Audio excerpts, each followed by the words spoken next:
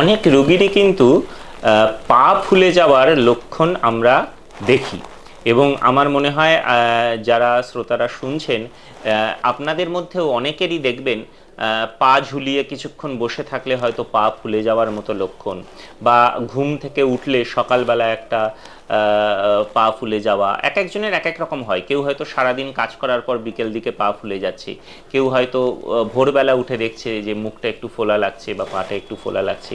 তো এই পা ফোলার সমস্যাটা আমাদের কম বেশি অনেকেরই ফেস করতে হয়। তো এটা কি বিপজ্জনক, এটা নিয়েই আলোচনা করবার জন্য আজকের আমি এসছি। তো আমি ডক্টর সিদ্ধার্থ মানি, আমি আরএন টেগোরে আছি অ্যাজ ইন্টারভেনশনাল কার্ডিওলজিস্ট। আপনাদের সাথে বিভিন্ন বিষয় নিয়ে আলোচনা হয়। তো দেখুন, পা ফোলাটার কারণটা আগে একটু বলি।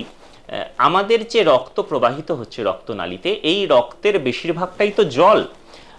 মানে আপনারা বুঝতেই পারছেন যে প্রায় 5 লিটার জল, তার মধ্যে বিভিন্ন শ্বেতকণিকা রক্তকণিকা মিশে রক্তটা তৈরি হচ্ছে। এবারে এই রক্তের যে জলীয় পোর্শনটা, যে জলটা, সেটা যদি শিরা বা রক্তনালীর মধ্যে থেকে বেরিয়ে আমাদের চামড়ার নিচে যে ফ্যাট বা টিস্যুসগুলো আছে সেইখানে জমা হয়, তাহলেই পাটা ফুলবে। তাহলে এইটার কারণ কি হতে পারে? এইটার কারণ হতে পারে যে আমাদের যে রক্তনালীর মধ্যে রক্তটা যাচ্ছে সেই রক্তের প্রেশার বেড়ে যাওয়া, বা যে রক্তনালীর মধ্যে দিয়ে রক্তটা প্রবাহিত হচ্ছে সেই রক্তনালীটা ফ্র্যাজাইল হয়ে যাওয়া, তার মধ্যে কিছু কিছু গ্যাপস তৈরি হয়ে বেরিয়ে যাওয়া। তো এরকম কারণে জলটা বেরোচ্ছে। কিন্তু এটা আসলে কিসের রোগ, কেন পাটা ফুললো?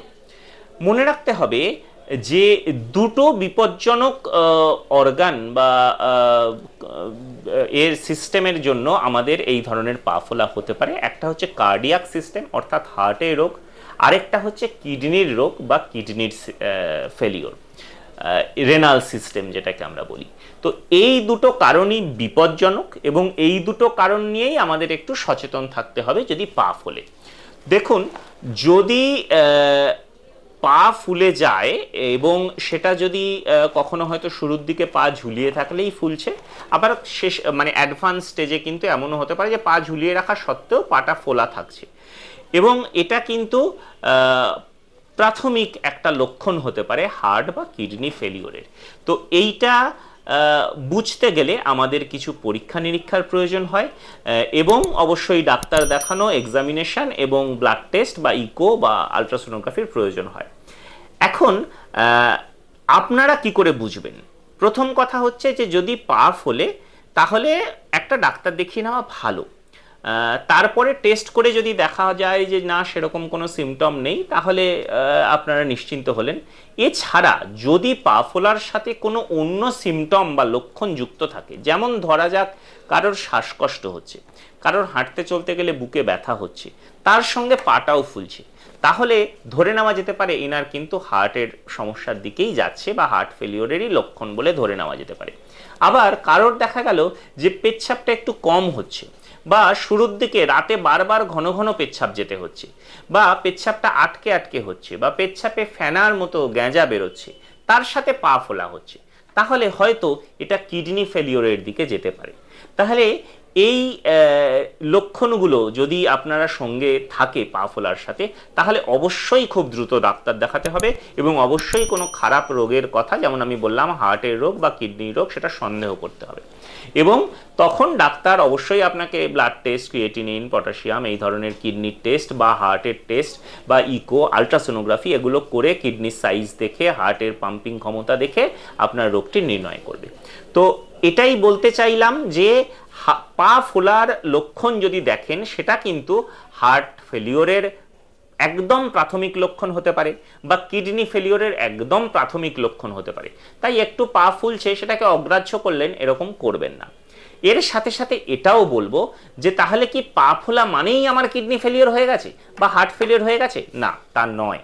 পা ফোলা কিন্তু অনেক ক্ষেত্রে খুব সাধারণ কারণেও হতে পারে, বা অনেক ক্ষেত্রে দেখা যায় সিম্পল অ্যানিমিয়া, একটু আপনার হয়তো হিমোগ্লোবিন কম, তার থেকেও পা ফুলতে পারে। অনেক সময় থাইরয়েডের সমস্যায় পা ফুলতে পারে। অনেক সময় বাতের ব্যথা, যেটা আমরা অস্টিও আর্থারাইটিস বলি, সেটার থেকে পা ফুলতে পারে। এগুলো কিন্তু খুব একটা বিপজ্জনক নয়। তাহলে পা ফোলা মানেই যে বিপজ্জনক বা ভয় পেতে হবে বা আতঙ্কিত হয়ে পড়তে হবে তা নয়, কিন্তু পা ফুললে অবশ্যই একবার ডাক্তার দেখিয়ে নেওয়াটা শ্রেয়, এটাই আমি বলবো। এবং অনেক ক্ষেত্রে পায়ের ভেন, যেটা অনেকে আপনারা জানবেন ভ্যারিকোজ ভেন, এই ধরনের সমস্যা অনেকের থাকে, সেটা থেকেও পা ফুলতে পারে। ইনফেকশন থেকে পা ফুলতে পারে, এটা খুব গুরুত্বপূর্ণ।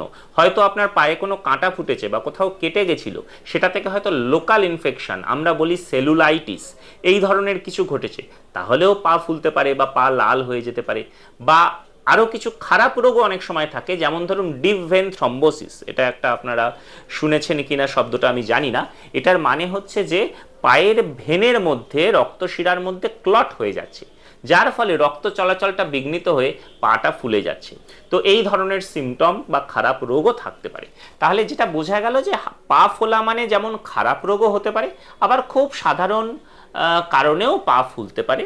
সেটা নিয়ে অযথা ভয় না পেয়ে ডাক্তার দেখান, টেস্ট করুন, এবং আমার মনে হয় পা ফোলার মতো লক্ষণকে অগ্রাহ্য না করলে অনেক বড় বিপজ্জনক রোগকে আর্লি স্টেজে ধরা যাবে এবং চিকিৎসা করে সুস্থ হওয়া যাবে।